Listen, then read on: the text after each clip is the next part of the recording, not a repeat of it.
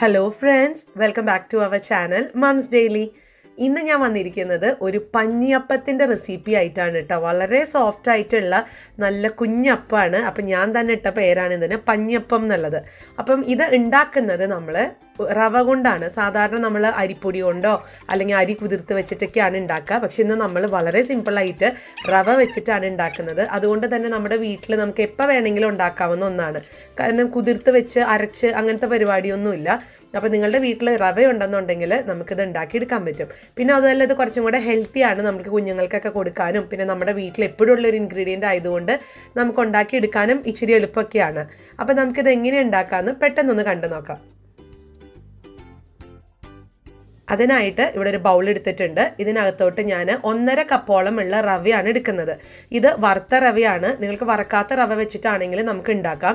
പക്ഷെ നിങ്ങളിപ്പോൾ വറക്കാത്ത റവയാണ് കയ്യിലുള്ളതെങ്കിൽ അല്പം ഒന്ന് വറുത്ത് കഴിഞ്ഞാൽ നമുക്കറിയാമല്ലോ, റവ വറുത്ത് കഴിഞ്ഞാൽ ഒരു നല്ലൊരു ഫ്ലേവർ വരത്തില്ലേ, നല്ലൊരു മണമൊക്കെ വരത്തില്ലേ. അപ്പോൾ അത് കിട്ടാൻ വേണ്ടി വറുത്ത റവ ചേർക്കുന്നതായിരിക്കും നല്ലത്, ഇല്ലെങ്കിലും കുഴപ്പമൊന്നുമില്ല. ഇനി നമുക്ക് ഇതിനകത്തോട്ട് ഇത് മുങ്ങിക്കെടുക്കുന്ന രീതിയിലുള്ള വെള്ളം ഒഴിച്ചു കൊടുക്കണം. ഒരളവൊന്നുമില്ല, നമുക്കിതിൻ്റെ നമുക്കറിയാൻ പറ്റുമല്ലോ, മുങ്ങിക്കെടുക്കുന്ന രീതിയിലുള്ള വെള്ളം ഒന്ന് ഒഴിച്ചു കൊടുക്കുക. എന്നിട്ട് നമുക്കിതുപോലെ ഒന്ന് ഇളക്കി കൊടുക്കാം. ചിലപ്പം കൂടുതൽ വെള്ളം ഒഴിക്കേണ്ടി വരും. ഇതിങ്ങനെ വെള്ളം മുകളിൽ ഇങ്ങനെ ചിലപ്പോൾ ഇങ്ങനെ പറയാം കട്ട അല്ലെങ്കിൽ എന്താ പറയുക തളം കെട്ടി നിൽക്കുന്നതായിരിക്കും. അപ്പോൾ അതുകൊണ്ട് വേണമെന്നുണ്ടെങ്കിൽ അല്പം കൂടെ ഒഴിച്ചു കൊടുക്കാം. ഞാനിപ്പോൾ ഇവിടെ അല്പം കൂടെ ഒഴിച്ചു കൊടുക്കുന്നുണ്ട്. ഇനി നമുക്ക് ഇത് ഒരു 5 മിനിറ്റോളം നമുക്കതൊന്ന് കുതിരാൻ വേണ്ടിയിട്ടൊന്ന് മാറ്റി വയ്ക്കാം. അപ്പോൾ അത് ഞാൻ അവിടെ മാറ്റി വെച്ചിട്ടുണ്ട്. ആ നേരം കൊണ്ട് ഞാൻ എന്താ ഒരു 1/2 കപ്പോളം ഉള്ള അവലെടുത്തിട്ടുണ്ട്. അപ്പോൾ നിങ്ങൾക്ക് വെള്ളവൽ എടുക്കാതിരിക്കും നല്ലത്. അതിനാണ് ഇച്ചിരിയും കൂടെ എന്താ പറയുക നമുക്ക് നിറമൊക്കെ കിട്ടാനായിട്ട് എളുപ്പം. അപ്പോൾ ഞാൻ ഈ വെള്ളവൽ കഴുകി വൃത്തിയാക്കി ഇതും ഞാനൊരു 5 മിനിറ്റോളം കുതിർക്കാൻ വെച്ചിട്ടുണ്ട്. അപ്പോൾ രണ്ടും ഞാൻ കുതിരാൻ വെച്ചിട്ടുണ്ട്. അപ്പോൾ ഈ ഒരു നേരം കൊണ്ട് നമുക്ക് ഈസ്റ്റിൻ്റെ ആ ഒരു മിക്സ് തയ്യാറാക്കണം. അതിനായിട്ടൊരു ബൗൾ എടുത്തിട്ടുണ്ട്. അതിനകത്തോട്ട് ഞാൻ 1/2 ടീസ്പൂണോളം ഉള്ള ഈസ്റ്റ് ചേർക്കുന്നുണ്ട്. അതുപോലെ 1/2 ടീസ്പൂണോളം പഞ്ചസാര ചേർക്കുന്നുണ്ട്. ഒപ്പം ചെറു ചൂടുവെള്ളം കൂടെ ചേർത്ത് കൊടുക്കുന്നുണ്ട്. നിങ്ങൾക്ക് ചെറു ചൂടുവെള്ളത്തിന് പകരം ചെറു ചൂടുള്ള പാലാണെങ്കിലും ഉപയോഗിക്കാം. പക്ഷെ അത് ചെറു ചൂട് വേണം എന്നുള്ളത് നിർബന്ധമാണ്. ഇനി നമുക്കിതൊന്ന് നന്നായിട്ടൊന്ന് മിക്സ് ചെയ്തിട്ട് ഇതും കൂടെ ഒന്ന് പൊന്തി വരാനായിട്ട് അല്പം ഒന്ന് പതഞ്ഞ് വരാൻ വേണ്ടി വെയിറ്റ് ചെയ്യാം. അപ്പോൾ ഇതവിടെ 5 മിനിറ്റ് ഒക്കെ കഴിഞ്ഞു. ഇതാ നമ്മുടെ റവയൊക്കെ കണ്ടില്ലേ, അത്യാവശ്യം ഇങ്ങനെ വെള്ളമൊക്കെ ഇങ്ങനെ റവ കുടിച്ചിട്ട് നമ്മൾ ഒഴിച്ച വെള്ളമൊക്കെ കുറഞ്ഞു വന്നിട്ടുണ്ട്. ഇനി നമുക്ക് ഈ നമ്മൾ കുതിർക്കാൻ വെച്ചിരിക്കുന്ന ഈ റവ മിക്സിയുടെ വലിയ ജാറിനകത്തോട്ട് ഒന്ന് ഇട്ട് കൊടുക്കാം. ഇനി അടുത്തത് നമുക്ക് ഇതിനകത്തോട്ട് നമ്മൾ നേരത്തെ കുതിർക്കാൻ വെച്ചിട്ടുള്ള ഈ അവലും കൂടെ നമുക്ക് ഇട്ട് കൊടുക്കാം കേട്ടോ. അവലിലത്തെ വെള്ളം ചേർക്കണമെന്നില്ല, നമ്മൾ അവൽ ജസ്റ്റ് ഒന്ന് ഊറ്റിയിട്ടോ അല്ലെങ്കിൽ കൈകൊണ്ടത് അതുപോലെ ഞാനൊന്ന് വടിച്ചിങ്ങനെ എടുത്തിട്ടുണ്ട്. അപ്പോൾ അതും കൂടെ ചേർത്ത് കൊടുത്തിട്ടുണ്ട്.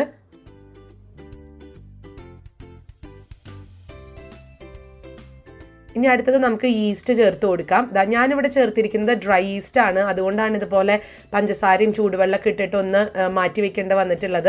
നിങ്ങളുടെ കയ്യിൽ ഇൻസ്റ്റൻറ്റ് ഈസ്റ്റ് ആണെന്നുണ്ടെങ്കിൽ നേരിട്ട് തന്നെ നിങ്ങൾക്ക് ഒരു 1/2 ടീസ്പൂണോളം ഈസ്റ്റ് ഇതിനകത്ത് ഇട്ട് കൊടുക്കാം മിക്സി ജാറിനകത്തോട്ട്. ഇനി ഞാൻ ഇതിനകത്തോട്ട് ഒരു 1/2 കപ്പോളം ഉള്ള തേങ്ങ ചെരുവിയത് ചേർത്ത് കൊടുക്കുന്നുണ്ട്. ഫ്രഷ് ആയിട്ട് ചെരുകിയ തേങ്ങയാണെന്നുണ്ടെങ്കിൽ ടേസ്റ്റ് കൂടുതലാണ്. ഇനിയിപ്പോൾ തേങ്ങ ഇല്ലയെന്നുണ്ടെങ്കിൽ അതിന് പകരം നിങ്ങൾക്ക് 1 ടേബിൾ സ്പൂണോളം ഉള്ള വെളിച്ചെണ്ണ ഒഴിച്ചു കൊടുക്കാം. എന്നാലും നമുക്ക് നല്ലൊരു ടേസ്റ്റ് കിട്ടും, ആ ഒരു തേങ്ങ ചേർത്ത പോലത്തെ ഒരു ഫീലിംഗ് കിട്ടും.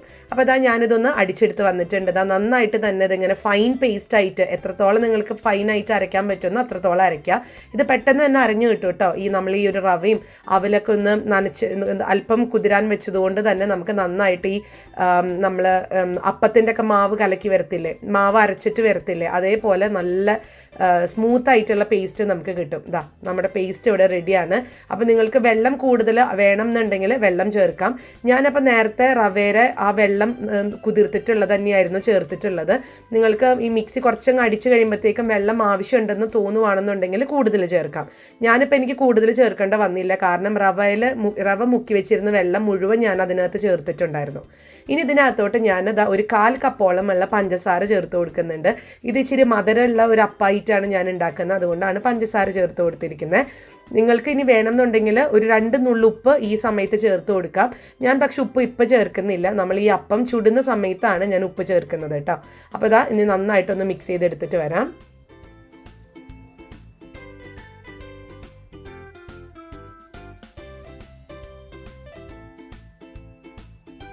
അപ്പം മിക്സ് ചെയ്തിട്ടുണ്ട്. നമുക്കിനി ഇത് മൂടി വെച്ചിട്ട് ഒരു 6 മണിക്കൂർ നല്ല ചൂടുള്ള സ്ഥലത്ത് നമുക്ക് വെക്കണം. മാവ് പൊന്താൻ വേണ്ടിയിട്ട് മാറ്റി വെക്കണം, പുളിക്കാനും പൊന്താനും വേണ്ടിയിട്ട്. ഞാനിവിടെ ചെയ്യുന്നത് ഓവനകത്ത്, ഇവിടെ ഇച്ചിരി തണുപ്പൊക്കെ ഉള്ളതുകൊണ്ട് ഇപ്പം ഞാനിത് ഉണ്ടാക്കുന്ന സമയത്ത് ഇവിടെ -ഡിഗ്രി ആയിരുന്നു.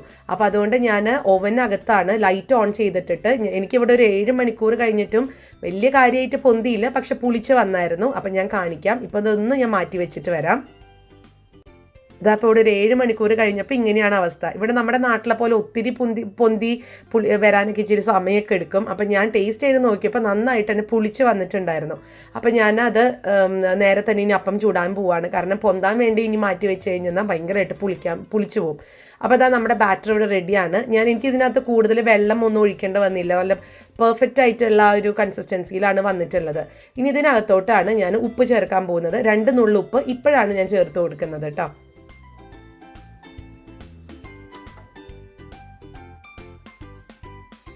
അപ്പോൾ ഈ ബാറ്റർ ഒന്ന് മാറ്റി വെക്കുന്നുണ്ട്. ഇനി ഞാൻ ഇത് ഉണ്ടാക്കാൻ പോകുന്നത് ഇതുപോലത്തെ കുഞ്ഞു കുഞ്ഞു പ്ലേറ്റുകളിലാണ്, അല്ലെങ്കിൽ ബൗളുകളിലാണ്. ഇത് ചില്ലിൻ്റെ ബൗളാണ്. നമുക്കിത് ഈസി ആയിട്ട് ആവി കയറ്റാം. അപ്പോൾ അന്നേരം നിങ്ങൾ ചോദിക്കും ഇത് പൊട്ടത്തില്ലേ എന്നൊക്കെ ചോദിക്കും. പൊട്ടൊന്നുമില്ല. അത്യാവശ്യം കനമുള്ള ചില്ല് ഗ്ലാസ് എടുത്തു കഴിഞ്ഞാൽ നമുക്ക് ഇതുപോലെ നല്ല ഭംഗിയുള്ള അപ്പൊക്കെ ഉണ്ടാക്കിയെടുക്കാൻ പറ്റും, നല്ല ഷേപ്പിലൊക്കെ. ഇനി ഇതല്ലാന്നുണ്ടെങ്കിൽ നമുക്ക് ഈ സ്റ്റീൽ പാത്രം ഉണ്ടെന്നുണ്ടെങ്കിൽ കുഞ്ഞ് സ്റ്റീൽ പാത്രത്തിൽ ഉണ്ടാക്കിയെടുക്കാൻ പറ്റും, സ്റ്റീൽ കപ്പിൽ ഉണ്ടാക്കിയെടുക്കാൻ പറ്റും. പക്ഷേ ഏത് കപ്പാണോ നിങ്ങൾ എടുക്കുന്നത്, പാത്രമാണ് എടുക്കുന്നത്, അതിനകത്ത് പോലെ അല്പം എണ്ണയോ ബട്ടറോ നെയ്യോ ഒന്ന് ചെറുതായിട്ടൊന്ന് തൂത്ത് കൊടുക്കണം. ഞാനപ്പോൾ അങ്ങനെ തൂത്ത് കൊടുത്തിട്ടുണ്ടായിരുന്നു. എങ്കിലാണ് നമുക്ക് ഈ അപ്പം പെട്ടെന്ന് തന്നെ വിട്ട് കിട്ടത്തുള്ളൂ കേട്ടോ. ഇനി ഇതിനകത്തോട്ട് ഞാൻ ഒരു 1/4 ഭാഗത്തോളം നിറയുന്ന രീതിയിൽ മാത്രമാണ് ഒഴിച്ചു കൊടുത്തിട്ടുള്ളത്.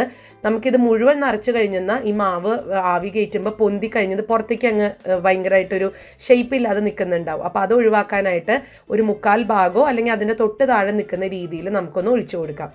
അപ്പോൾ ഇതാ നമ്മുടെ ബാറ്റർ ഇവിടെ റെഡിയാണ്. ഞാനിപ്പോൾ ആദ്യം ഈ ഒരു 4 ബൗളിലാണ് ഉണ്ടാക്കാൻ പോകുന്നത് കേട്ടോ. അപ്പോൾ ഇത് കാണാനൊക്കെ നല്ല ഭംഗിയാണ്.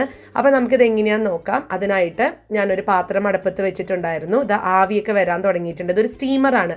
അപ്പോൾ നിങ്ങൾക്കിത് ഇഡ്ഡലി തട്ടിലാണെന്നുണ്ടെങ്കിലും ഇഡ്ഡലി തട്ടിൽ ഇഡ്ഡലി ഒഴിക്കുന്നത് പോലെ നമുക്ക് ഉണ്ടാക്കിയെടുക്കാൻ പറ്റും.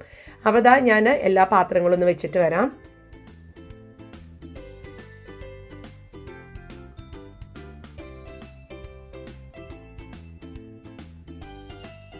ഇനി നമുക്കിത് മൂടി വെച്ചിട്ട് ഒരു 15 മിനിറ്റോളം ഒരു മീഡിയം ലോ ഫ്ലെയിമിൽ ഇട്ടിട്ട് നമുക്കിത് ആവി കയറ്റി എടുക്കണം. എങ്കിലാണ് നമുക്ക് ആ ഒരു പെർഫെക്റ്റ് ആയിട്ട് കിട്ടത്തുള്ളൂ. തീരെ ലോ ഫ്ലെയിമിൽ ഇടേണ്ട കാര്യമില്ല കേട്ടോ, ഒരു മീഡിയം ഫ്ലെയിമിൽ ഇട്ടാൽ മതിയാവും. അപ്പോൾ നമുക്കൊരു 15 മിനിറ്റ് കഴിയുമ്പോൾ നോക്കാം എങ്ങനെയുണ്ടെന്നുള്ളത്. ഇതാ ഇപ്പോൾ ഇവിടെ ഒരു 15 മിനിറ്റ് കഴിഞ്ഞിട്ടുണ്ട്. അപ്പോൾ ഇതാ അത്യാവശ്യമൊക്കെ നന്നായിട്ട് തന്നെ വന്നിട്ടുണ്ട്. കണ്ടോ, ഇപ്പം മാവൊക്കെ ഇങ്ങനെ നല്ല നല്ല സ്റ്റിഫാവാൻ തുടങ്ങിയിട്ടുണ്ട്. അപ്പം ഞാൻ ഈ ഒരു സമയത്ത് ഇതിൻ്റെ മേലെ കശുവണ്ടിയും അതുപോലെ ഉണക്കമുന്തിരിയൊക്കെ ചേർക്കുന്നുണ്ട്. ഇത് തികച്ചും ഓപ്ഷണലാണ്, നിങ്ങൾക്ക് ചേർക്കണമെന്ന് ഒരു നിർബന്ധമില്ല. ഇതല്ലാതെ തന്നെ നമുക്ക് നല്ല ഭംഗിയുള്ള അപ്പമായിട്ട് കഴിക്കാൻ പറ്റും. പിന്നെ ഞാനിവിടെ കുഞ്ഞുങ്ങൾക്കൊക്കെ ഇത് കാണുമ്പോൾ അവർക്ക് കഴിക്കാനൊക്കെ ഒരു ഇഷ്ടം തോന്നാൻ വേണ്ടിയിട്ട് മാത്രമാണ് ഞാൻ ഈ കശുവണ്ടി മുന്തിരിയൊക്കെ ചേർക്കുന്നത്.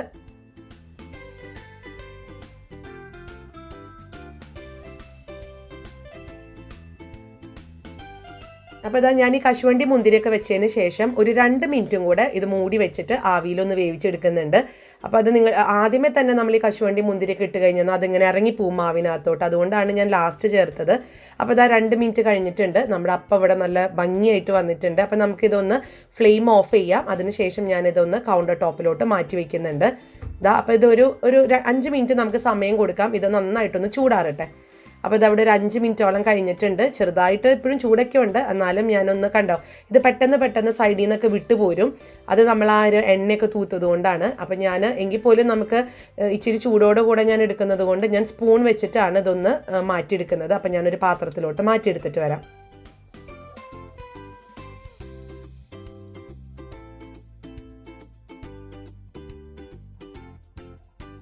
ഇതാ നമ്മുടെ പഞ്ഞിയപ്പം റെഡിയാണ്. നല്ല പഞ്ഞി പോലത്തെ നല്ല സോഫ്റ്റ് ആയിട്ടുള്ള ഒരു അപ്പമാണ്. നമുക്കിത് റവ കൊണ്ടാണ് ഉണ്ടാക്കിയതെന്ന് നമ്മൾ പറയത്തേ ഇല്ല. കാരണം ഇതിനകത്തുള്ള തേങ്ങ അരച്ചതും അതുപോലെ തന്നെ ആ ഈസ്റ്റ് ചേർത്തതിൻ്റെ ഒരു ചെറിയൊരു പുളിപ്പൊക്കെ ചേർന്ന് നല്ല സോഫ്റ്റ് ആയിട്ടുള്ള ഒരു അപ്പമാണ്. ഇത് സത്യത്തിലൊരു വട്ടയപ്പം എന്നൊക്കെ തന്നെ പറയാം. വട്ടയപ്പം നമ്മൾ അരി കൊണ്ടാണ് ഉണ്ടാക്കുന്നതെങ്കിൽ ഇത് നമ്മൾ റവ കൊണ്ടാണ് ഉണ്ടാക്കുന്നത്. അത്രയും വ്യത്യാസം മാത്രമേ ഉള്ളൂ. പിന്നെ ഈ പറഞ്ഞ പോലെ കശുവണ്ടി മുന്തിരിയൊക്കെ തികച്ചും ഓപ്ഷണലാണ്, ചേർക്കണമെന്ന് ഒരു നിർബന്ധമില്ല. കുഞ്ഞുങ്ങളൊക്കെ ഉണ്ടെങ്കിൽ മാത്രമേ നിങ്ങൾക്ക് അങ്ങനെ അങ്ങനെ കൊടുക്കാം കേട്ടോ. അപ്പോൾ എല്ലാവരും ഇതൊന്ന് ട്രൈ ചെയ്ത് നോക്കുക. നമുക്ക് ഇന്ന് തന്നെ ട്രൈ ചെയ്യാൻ പറ്റുന്ന റെസിപ്പിയാണ്. നമ്മുടെ വീട്ടിൽ റവ ഉണ്ടെന്നുണ്ടെങ്കിൽ അപ്പോൾ നിങ്ങൾ ചെയ്തിട്ട് എങ്ങനെ ഉണ്ടായിരുന്നു എന്നുള്ളത് ഒന്ന് കമൻറ്റ് ബോക്സിൽ അറിയിക്കണം. അതുപോലെ തന്നെ നമ്മുടെ ഈ ചാനൽ നിങ്ങൾ ആദ്യമായിട്ടാണ് കാണുന്നതെങ്കിൽ സബ്സ്ക്രൈബ് ചെയ്യാനും മറക്കരുത് കേട്ടോ. അപ്പോൾ അടുത്തൊരു വീഡിയോ ആയിട്ട് ഉടനെ കാണാം. അൻറ്റിൽ ദെൻ ബൈ.